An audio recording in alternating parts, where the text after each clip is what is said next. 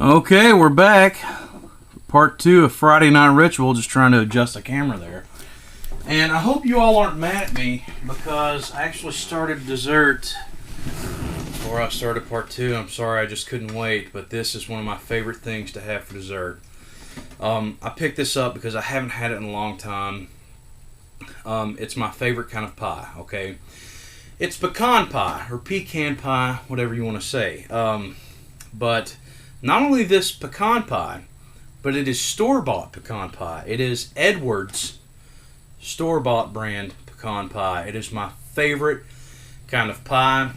Pecan pie is my favorite kind of pie, but Edwards store-bought brand is my favorite pecan pie. So I've been munching on this a little bit, and it's so good. Got a little bit of whipped cream on there. So yeah, let's talk about the food real quick, and we'll talk about the movie.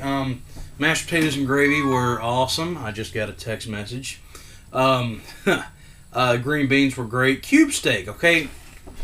I've never prepared cube steak, and I don't think I've ever had it. Not that I can remember, but basically what I did was I got on YouTube and I looked up some different recipes for cube steak, and I found this one. I can't remember what the username was, but this really old lady who was, making cube steak, and she had all these onions and stuff. So I kind of borrowed a little bit from her. She said to cook it 4 minutes on each side, so I did. I kind of wish I hadn't done that because I think I got it a little bit too done. And I seasoned it with salt and pepper and some of this Weber Chicago steak seasoning right here. And she put garlic powder on her steaks, on her cube steaks. So I used some of this 5th season garlic seasoning, garlic powder. Put that on there. So yeah, and I put some of that gravy for my mashed potatoes on my cube steak. I went ahead and did that, and that was really good. Cube steak's really good. I think I cooked mine a little bit too much, like I said, and I think I put a little bit too much salt on there. But it's okay. I've got 2 more cube steaks in my freezer, and I'm gonna try my hand again at cube steak pretty soon because it was really good, and I think it could have been better had I not messed it up. So anyway, there you go. That's it in a nutshell. Let's talk about Facing the Giants, which is the film that I watched this evening. I never seen this before. A buddy of mine, Landon, let me borrow this, and this was a really good film. I'm going to go ahead and tell you.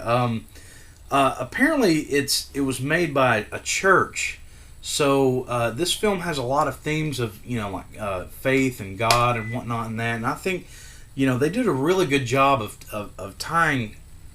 I guess telling a story and weaving the themes of faith and whatnot into a film about football like this. Basically, what this movie's about. There's this coach of this high school football team, and his team's not doing really well, and he's on the verge of losing his job. All the parents are like, "Coach, you're not winning games. We're gonna have to get somebody else to coach this team and do a better job."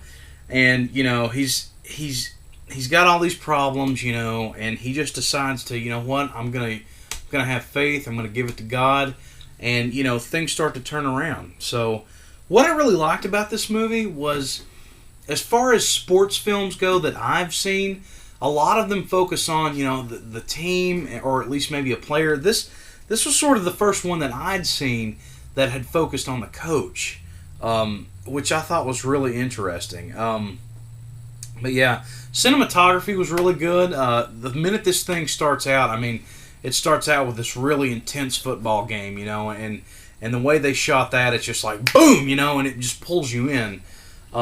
And there, there's just a lot of beautiful cinematography that was really done. That was done really well with this. And the acting, the acting was good. Okay, as far as like the main cast, but like the acting of the football players, like it was like I think they just got football players and not actors to act in this, and it shows. But yeah, the acting of the main cast was really good.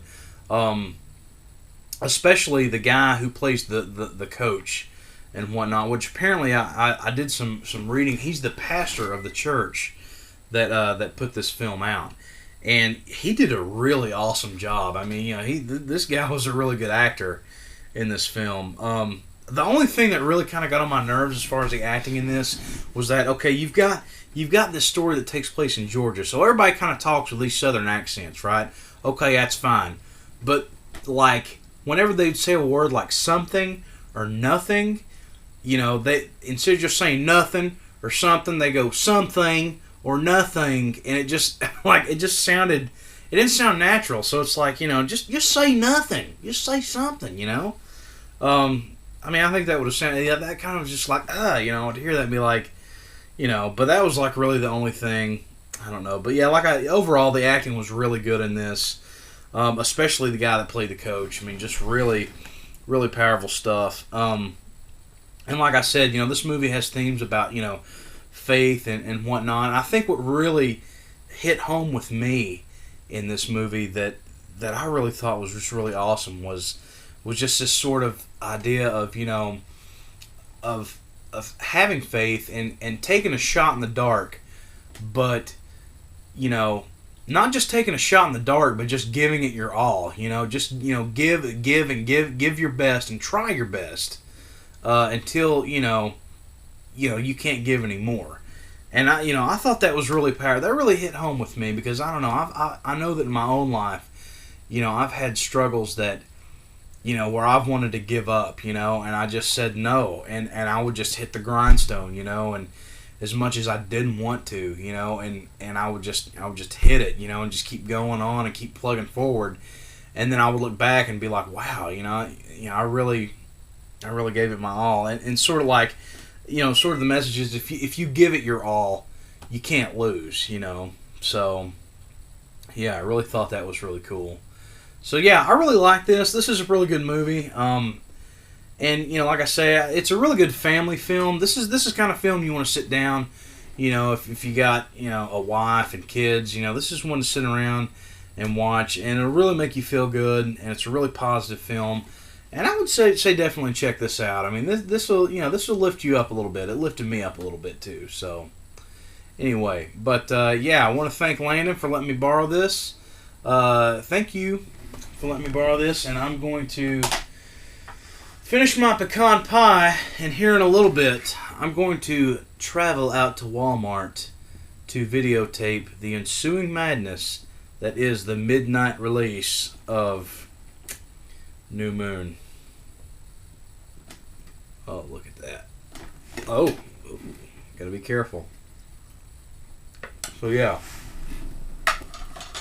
so stick around for the second installment of Video Post Double Slammy. And Edward will see you there because he loves you and he's got a sparkly chest. Mwah.